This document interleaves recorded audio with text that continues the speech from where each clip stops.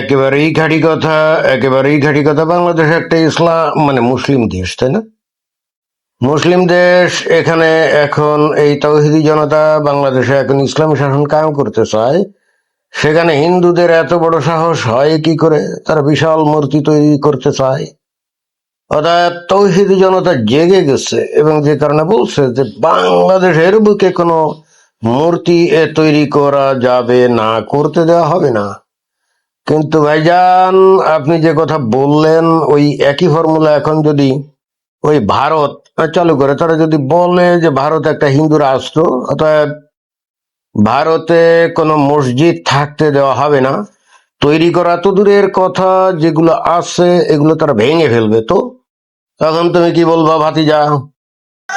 আমি বলতে চাচ্ছি, কালেমার পতাকা ওটা শুরু করছে, এই পতাকা নামানোর কারো ক্ষমতা নাই। এই একেবারে কঠিন একটা সত্য কথা বলছে, এই জন্য তাকে ধন্যবাদ দিতেই হবে। এবং আসলে এ কেন বলবে, আমি নিজেও তো আমার বহু ভিডিওতে এই কথা বলছি না। এই গত 1-2 দিনে আমি তো কয়েকটা ভিডিওতে কিন্তু অলরেডি এই কালিমার পতাকা নিয়ে কথা বলছি। বাংলাদেশের তৌহিদি জনতার একেবারে প্রত্যেকেই কিন্তু চায় যে গোটা বাংলাদেশে কালিমার পতাকা উত্তোলিত হোক। এবং এখানে এই যে কালিমার পতাকা উত্তোলনের সাথে সাথে আমরা যেটা দেখেছি যে তার মধ্যে ওই আইএস এর পতাকা, ইসলামিক স্টেটের পতাকা, সেটাও কিন্তু তোলা হচ্ছে। আবার ওদিকে হামাসের পতাকা, সেটাও কিন্তু তোলা হচ্ছে। এখানে এই যে আইএস বলতে কাদেরকে বোঝায়? ওই যে সিরিয়া ইরাকে 13-14 সালে যে ইসলামিক স্টেট তৈরি হয়েছিল আবু বকর আল বাগদাদির নেতৃত্বে, তখন তাদের পতাকা কি ছিল? এই যে কালো পতাকাই তো ছিল, তাই না? এবং এটা কিন্তু একটা খুব সিগনিফিক্যান্ট একটা ব্যাপার। মুমিন মুসলমানরা বিশ্বাস করে যে ইমাম মাহাদি এইরকম খোরাসান থেকে কালো পতাকা নিয়ে কিন্তু এরকম বের হবে, আর দুনিয়ার মুমিন মুসলমানরা তার পিছনে কাতারবন্দি হবে। এবং তখন তারা গিয়ে কি করবে? যত অমুসলিম রাষ্ট্র আছে সেই সমস্ত রাষ্ট্রগুলোকে আক্রমণ করে সেখানকার অমুসলিম যারা ইহুদি নাসারা কাফির, তারপরে যে মুনাফিক, মুরতাদ, মুশরেক, এই যে মুশরেক মানে হিন্দু, এদেরকে মেরে কেটে সাফা করবে। এবং এদের ওই ধন সম্পদ তো বটেই, বিশেষ করে তাদের ওই যে সুন্দরী সুন্দরী নারীগুলোকে কিন্তু গনিমতের মাল হিসেবে ভাগ করবে। এই যে ইমাম মাহাদি যখন আসবে এবং আবু বকর আল বাগদাদি যখন এই কালো পতাকা নিয়ে ইসলামিক স্টেট তৈরি করছিল, তখনই কিন্তু অনেক মুমিন মুসলমান কিন্তু এটাই বলার চেষ্টা করছিল যে আবু বকর আল বাগদাদি হলো সেই ইমাম মাহাদি। যদিও পরে এই ইমাম মাহাদিকে আমেরিকা কি করছে, কুত্তা দিয়ে তাকে দাবড়ানি দিয়েছিল। এবং এটা কিন্তু উদ্দেশ্যমূলক ভাবে, কারণ মুসলমানরা তো কুত্তাকে অপবিত্র প্রাণী মনে করে। এবং হাদিস মোতাবেক, নবীর বক্তব্য মোতাবেক ওই কালো কুকুর নাকি শয়তান। তো কোন একটা গর্তে নাকি মানে টানেলের মধ্যে লুকায় ছিল ওই আবু বকর আল বাগদাদি। তখন আমেরিকা কি করছিল, এরকম 2-3টা কালো কুত্তা তার পিছনে লেলিয়ে দিছিল। লেলিয়ে দিলে সেই কথিত ইমাম মাহাদি সে কিন্তু আত্মঘাতী হামলা করে নাই, মানে নিজেই নিজেকে উড়িয়ে দিছিল, সুইসাইড করছিল গায়ে বোমা মেরে।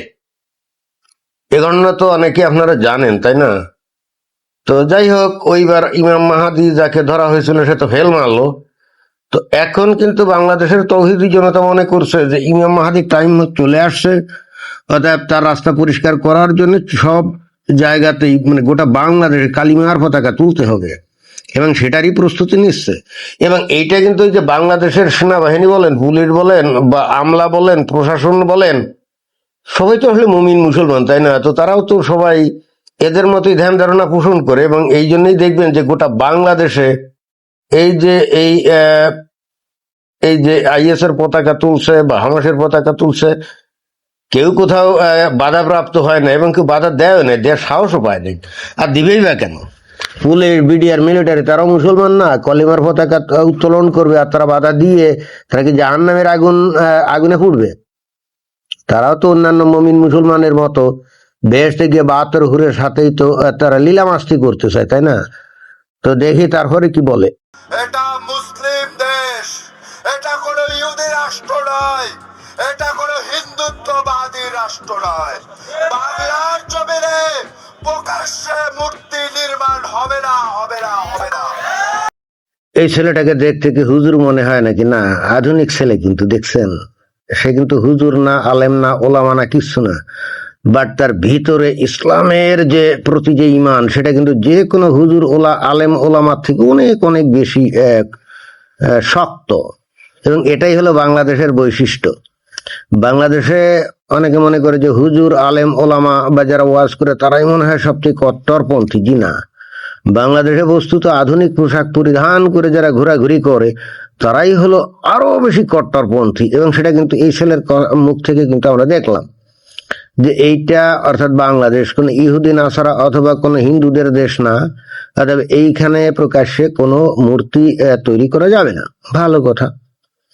এবং দেখেন, এই কথা বলতে গিয়ে সে কিন্তু বুঝছে না যে তার এই কথার কনসিকুয়েন্স কি হতে পারে। এই কথাগুলো এখন এমন এক যুগে সে বলছে যেখানে ধরেন যে এই যে ভিডিও করে এই যে সোশ্যাল মিডিয়াতে তো সর্বত্র ছড়িয়ে দেওয়া হচ্ছে, তাই না? অর্থাৎ এখন কিন্তু পৃথিবীর প্রান্ত থেকে প্রান্তে সব জায়গায় কিন্তু তার এই বক্তব্যটা ছড়িয়ে পড়লো। এবং বস্তুত বাংলাদেশে বর্তমানে কি ঘটছে এটা কিন্তু সারা পৃথিবী, যেহেতু এখন হাতের মুঠায় ইন্টারনেটের মাধ্যমে সারা পৃথিবী কিন্তু জানছে।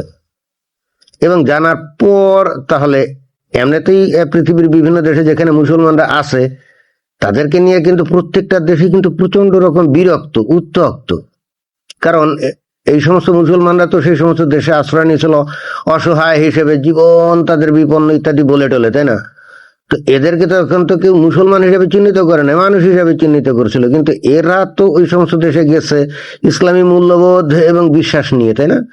যখনই সেখানে স্থায়ী হওয়ার সুযোগ পেয়েছে, সাথে সাথে তারা সেখানে ইসলামী শাসন, শরিয়া শাসন কায়েমের জন্য কিন্তু তারা শুরু করে দিয়েছে নানা রকম আন্দোলন সংগ্রাম এবং সময় সুযোগ পাইলে সন্ত্রাসী আক্রমণও, তাই না?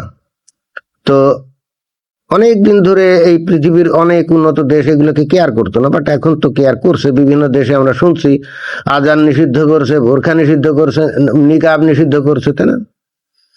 তো যাই হোক, এখন এই বাংলাদেশের এই মুমিন মুসলমানদের এই চিল্লা চিৎকার, এইটা বলার পর এরা যে কথাবার্তা বলছে, এইগুলাকে কি বলা যাবে? ওই কোথাকার এক লোক কি বললো, এইটা কি ইসলামের কথা নাকি? জি, এই সমস্ত যুক্তি কিন্তু এখন আর খাটবে না।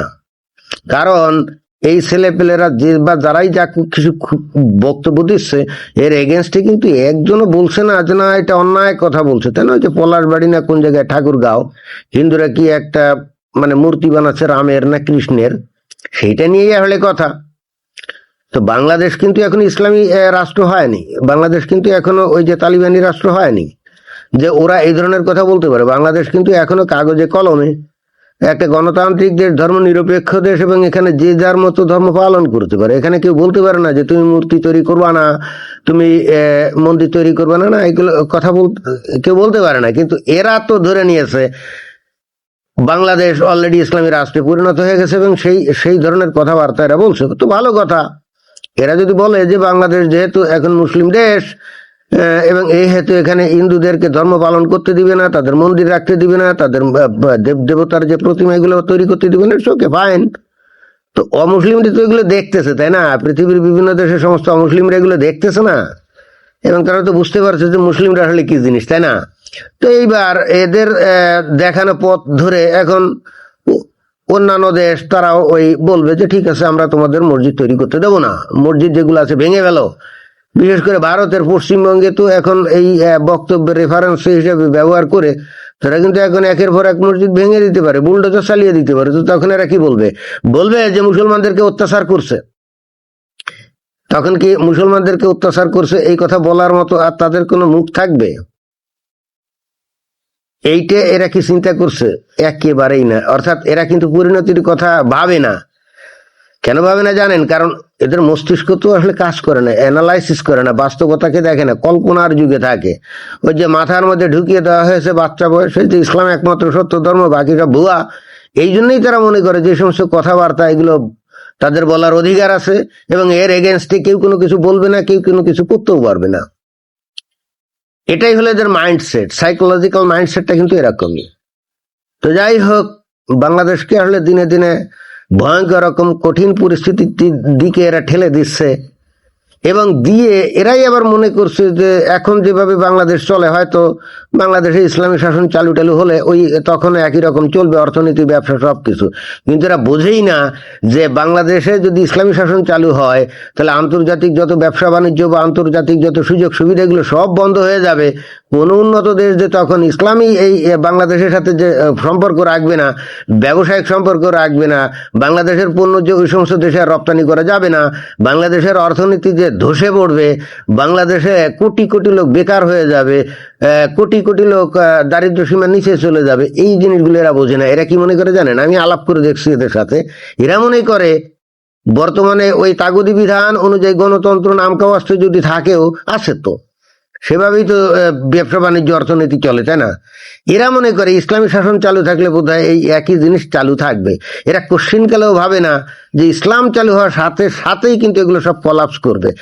এরা কারোর সাথে ব্যবসা বাণিজ্য করতে চাইলেও অন্যরা কিন্তু এদের সাথে ব্যবসা বাণিজ্য করবে না, এইটা কিন্তু এরা বুঝে না। এটাই হলো এদের সবচেয়ে বড় সমস্যা। এখন বাংলাদেশের সব মানুষ যদি এরকম হয়ে যায়, আপনি তো আর থামাতে পারবেন না, আমিও থামাতে পারবো না, তাই না? যত কথাই বলি না কেন, বাট তারপরে চেষ্টা করে গেলাম যদি কোনো কিছু হয় আর কি। অর্থাৎ মনস্তুষ্টি হলো যে দেশের জন্য কিছু না কিছু করার চেষ্টা করেছিলাম, কিন্তু ফেল মারছে। কি আর করা যাবে বলেন? ধন্যবাদ।